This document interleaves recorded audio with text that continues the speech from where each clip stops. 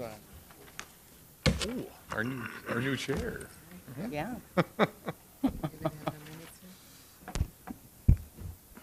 Call the meeting to order in our new chair, Del Ray Williams. I know how to do that. I know you do, but you're getting organized. And doctoring while I'm at it. I'd like to call this meeting to order, and we usually start with roll call, right? Yep. Yours looks different than mine. Okay. Ms. Williams? Here. Mr. Hendrickson? Here. Mr. Paulson? Here. Mr. Campbell? Here. Mr. Wayland? Dr. Mahoney? Here. Mr. Pepcorn? Here. Mr. Grinberg? Here. Mrs. Sherling? Here. Mr. Steen? Here. Mr. Rasmussen? Here. Mr. Thorsted? Here. Mr. Olson? Here. Is everyone? Okay. First item on the agenda is election of vice chair and the designation of secretary.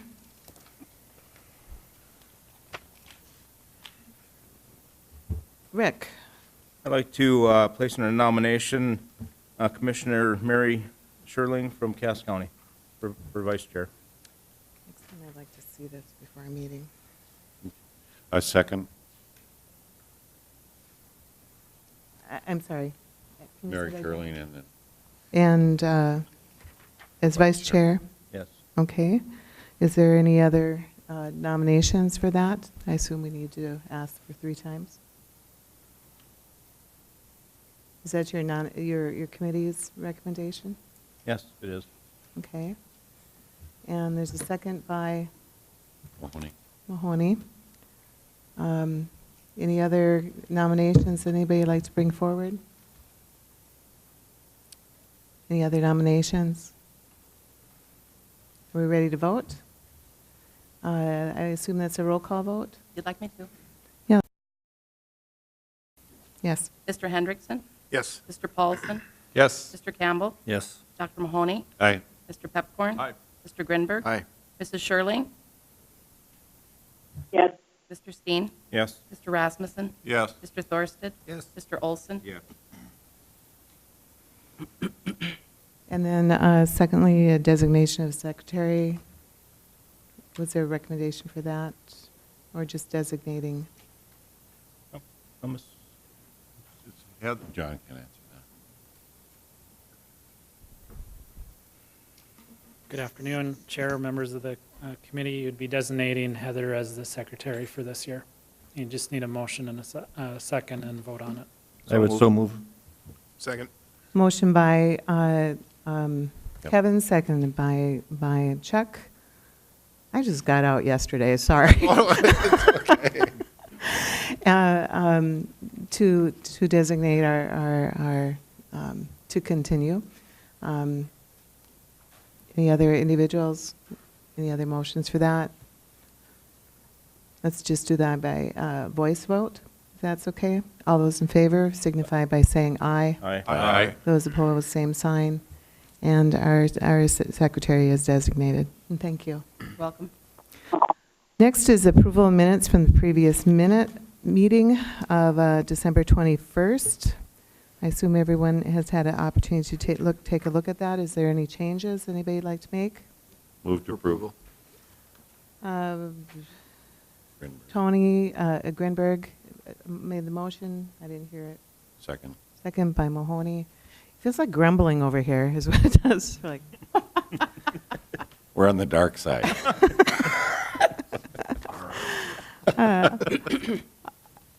all those in favor of the minutes for the December 21st meeting signify by saying aye. Aye. Those opposed, same sign. And the December 21st meeting minutes are approved. Next, approve the order of the agenda. Do I have a motion for that? Or any Madam Chair, I would changes? move approval. Motion by Kevin. Do I see a second? Second. Second by Rick. Rick. Dean.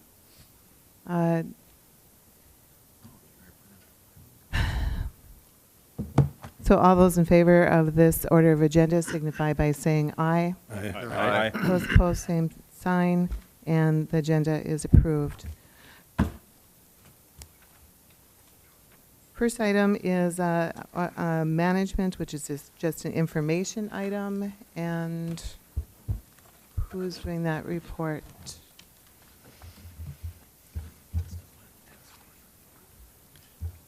Good afternoon. Hi, my name's John Glutzmeyer with CH2M. I'm substituting for Robert Cowan. He's out of town today, so I'll give the reports.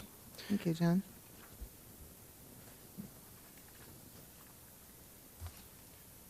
So the PMC report for January, recent major activities and accomplishments. The Governor's Task Force concluded its meetings in December and was supported by the Technical Advisory Group, who worked with and was a member with the DNR to prepare technical information for the alternatives, support for the Diversion Authority, and prepare to receive and consider the Governor's Task Force report, and most other activities, except for a few contracting and construction activities, remain on hold in December. February priority areas, receive and respond to the Governor's Task Force report, continue to coordinate with the DNR and other parties to work through the alternatives for the southern embankment,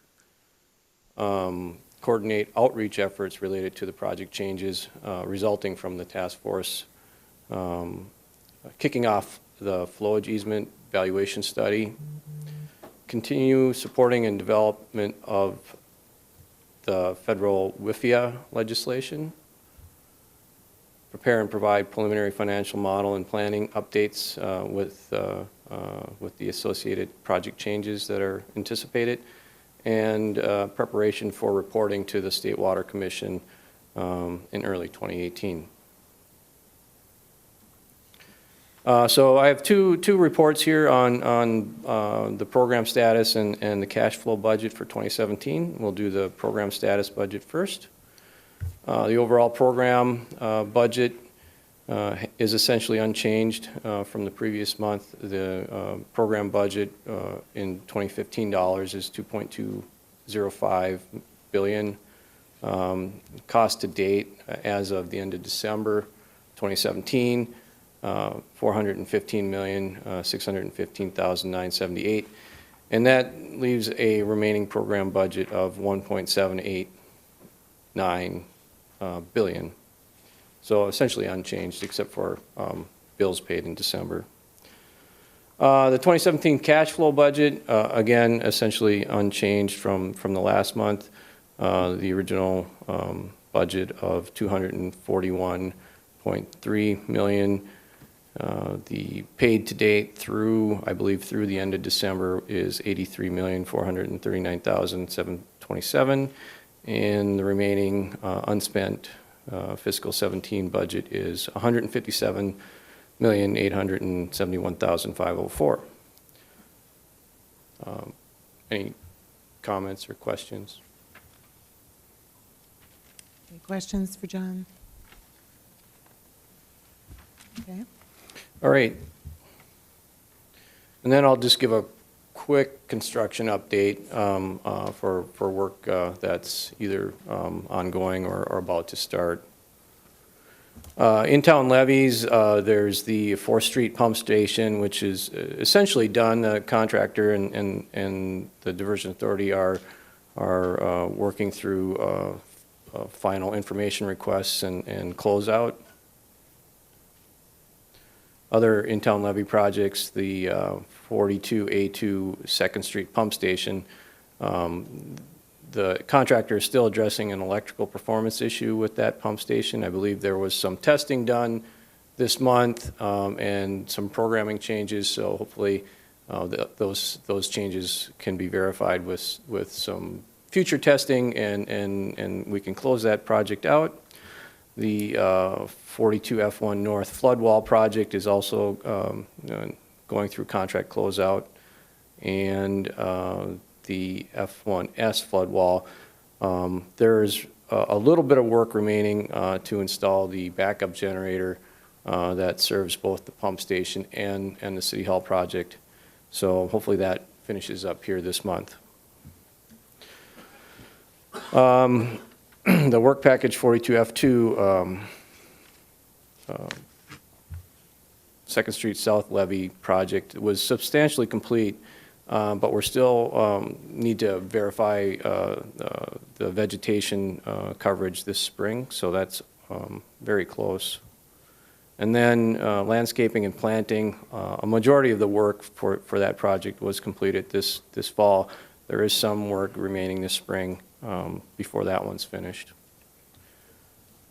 The one project that's planned to start this year, this is the Second Street closure and Main Avenue pump station. I believe it's the final construction project for the in-town levees portion of the work. We'll seek the court's consent to proceed with this work based on the rules and requirements of the injunction. But what we'd like to do is finish that design here in the next month and then bid it this winter, award and start construction this spring. So more on that next month. But I think, you know, as long as we get the court's approval, we'll go ahead and bid that project this winter, spring. Madam Chairman, can I ask a quick question about that? Certainly. So it says you need to have the court's consent on that. I was under the impression that we could continue with any of that work as long as it was in the cities, or maybe you can clarify that for us. Yeah, and I think just on the conservative side of things, I think my reference is to the comment that any project work should be verified by the court, and as long as it doesn't impact Minnesota waters. I don't have the exact statement off the top of my head, but just to be conservative, the group was recommending that we ask for clarification that this is okay. Thank you. All right. And then down in Oxbow, the major project that was started this summer, the Oxbow Levee Phases C and D, that construction was ceased. The contractor was notified to suspend all work as of the end of the year. With one exception, there was one home demolition move that was allowed to continue. It had started, and it was a safety concern not to finish it, and so there was clarification that could continue past the 31st until it's done to address that safety issue. Other Oxbow projects, home demolitions, there were two that are they're substantially complete, but essentially substantially complete, but several punch list items to finish up in the spring for 43E2E and 43E2F. And enabling works, the County Road 1617 project, the bypass was completed and opened to traffic last fall/winter, and there's no work on that project currently. And that's all I had. Next presentation, Terry. Hi, Terry. Hi, Terry Williams, Corps of Engineers. Just a couple quick points from the Corps with respect to the task force and potential project changes. We have been meeting internally to develop path forward on addressing potential project changes and putting framework together for some documents that we will likely have to generate. That being an engineering documentation type report and then a supplemental to an EIS. So once an alignment is determined and the Diversion Authority decides to proceed with that alignment, we are going to be in a good position to move forward. The second item is that Colonel Calkins will be presenting with Mary Sherling at the Red River Basin Commission conference next week on the project. So that's all I really had, unless there's any questions with respect to what the Corps is doing and not doing. And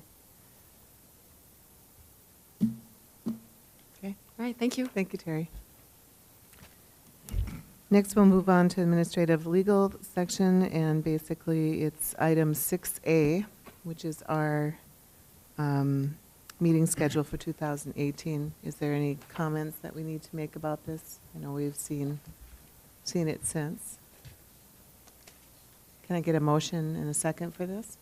So moved. Motion by Joel. Is there a second by Chuck? All those in favor of this meeting schedule for 2018, please signify by saying aye. Aye. Those opposed, same sign. Aye. And the 2018 meeting calendar has been set. Next item is public outreach.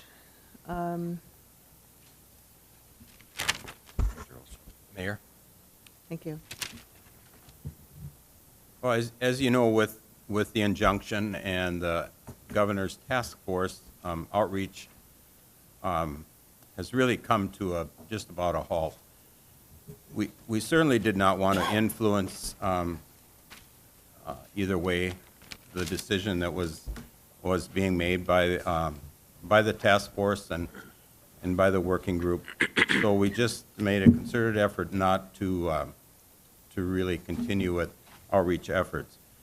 But yesterday, as we talked about the work group and the task force coming to an end, and the possible changes that could be happening with the project, we talked about how we could start interacting with the public on these changes so that they could understand much sooner rather than later what these impacts could bring, and also what benefits for the fringe area could be brought.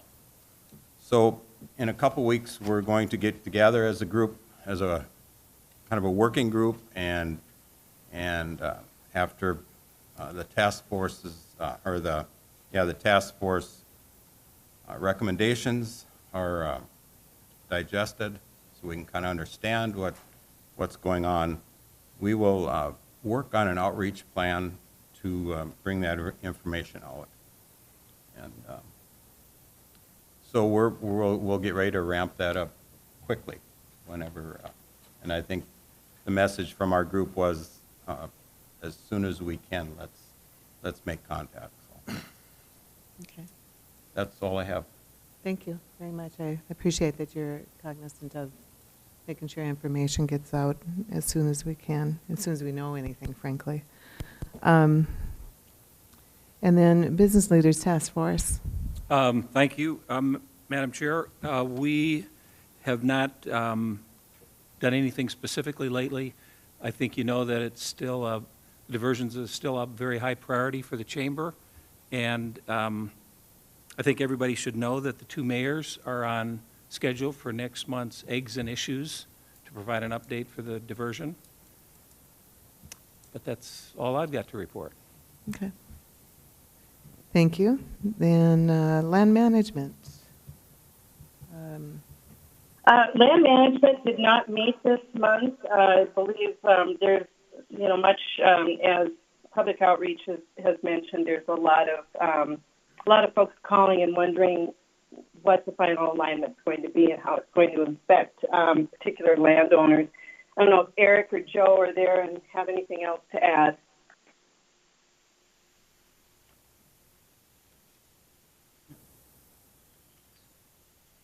Aaron's coming up, Mary. Sorry, I was. Okay. The only thing I might add is the Land Committee and the Finance Committee did approve the flowage easement valuation study, or phase one of that, and so we've got all the contracting actions in place now, and we'll be working to schedule a kickoff for that study. As you may know, it's going to be several months before that work is done, but we're getting anxious to get that rolling. So. Great. I think people will want to kind of get that kind of information out soon. Thank you, Eric. Finance. Madam Chair, Finance met yesterday, I believe would be in record time, finished their work in about 18 minutes. Item 9A is on the agenda, largely was covered, the numbers where we're at with John's report here with CH2M earlier. The only notable difference would be in your packet, we're sitting on a cash balance of about $66.7 million. That's the only other additional point I'd make outside of what John shared with his slides here moments ago. That's all I'd have to offer on that report, unless there's any questions. Any questions, Tony? We have an action item, Tony. On 9B, yep, that in your packet is a request for bills payable of $50,905.03. Onstead Twitchell for professional services and Eric Johnson and Associates. So I'd move for approval. Second. Okay, there's a motion by Tony Grinberg, second by Mahoney, for the two items on the bills. Any comments, questions? And that needs a roll call vote, I assume? Okay. Ms. Williams? Yes. Mr. Hendrickson? Yes. Mr. Paulson? Yes. Mr. Campbell? Yes. Mr. Wayland? Yes. Dr. Mahoney? Aye. Mr. Pepcorn? Aye. Mr. Grinberg? Aye. Mrs. Sherling? Yes. Mr. Steen? Yes. Mr. Rasmussen? Yes. Mr. Thorsted? Yes. Mr. Olson? Yes. Finally, Madam Chair, one item 9C does require action as well. It is a change order. You will note that it's a change order that has no monetary value to it, which is unique, I believe. Fantastic. It does add 35 days to the calendar for the finish and completion of the South Side Pump Station. I don't know if John needs to explain any more on that. If he'd like, he certainly may. Otherwise, I'd move for approval. Second. There's a motion and a second for that item. Is there any other questions anybody would like to ask about that one? Okay, and then a roll call vote, please. Ms. Williams? Yes. Mr. Hendrickson? Yes. Mr. Paulson? Yes. Mr. Campbell? Yes. Mr. Wayland? Yes. Dr. Mahoney? Aye. Mr. Pepcorn? Aye. Mr. Grinberg? Aye. Mrs. Sherling? Yes. Mr. Steen? Yes. Mr. Rasmussen? Yes. Mr. Thorsted? Yes. Mr. Olson? Yes. That's it. Thank you, Madam Chair. I have one comment. It says other business. Oh, yes, that. I don't know what you said. Oh, I have a comment. Oh, go ahead. Under other business or having to? Other business. Go ahead. So all the members, we passed out this final report from the Fargo-Moorhead Area Flood Diversion Task Force. And I want to thank many of the members here who were on that task force and did a great job in telling the story and working with the team. In the summary in the front, there are 7 major items that the task force has identified and come up with consensus on many of those items. And now we're working on our technical team to try to figure out the other part of that. But I just like, as the DA board, one of the members, to thank the governors for having this task force and for the progress they're making. We fully intend on working vigorously with the DNR to get a permittable project, and we'll move forward on this. So if the press is curious about this as one step, then we're going to have some other steps that happen as well. But I'm very pleased that the governors did get together to do this because we've moved far ahead what we've ever moved in litigation. So I think this is something we needed to do.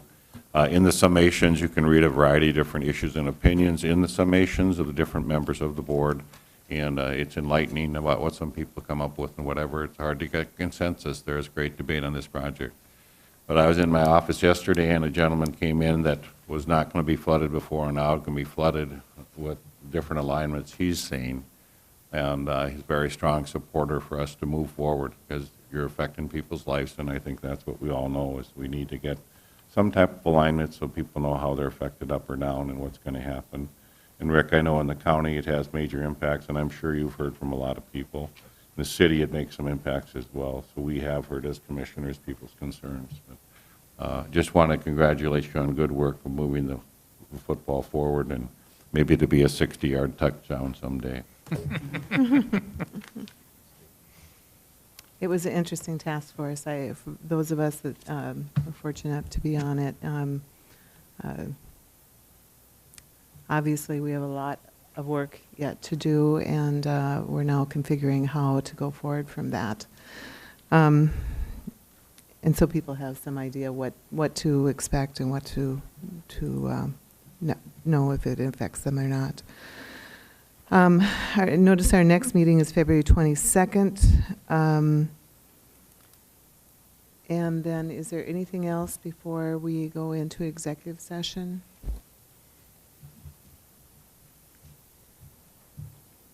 No.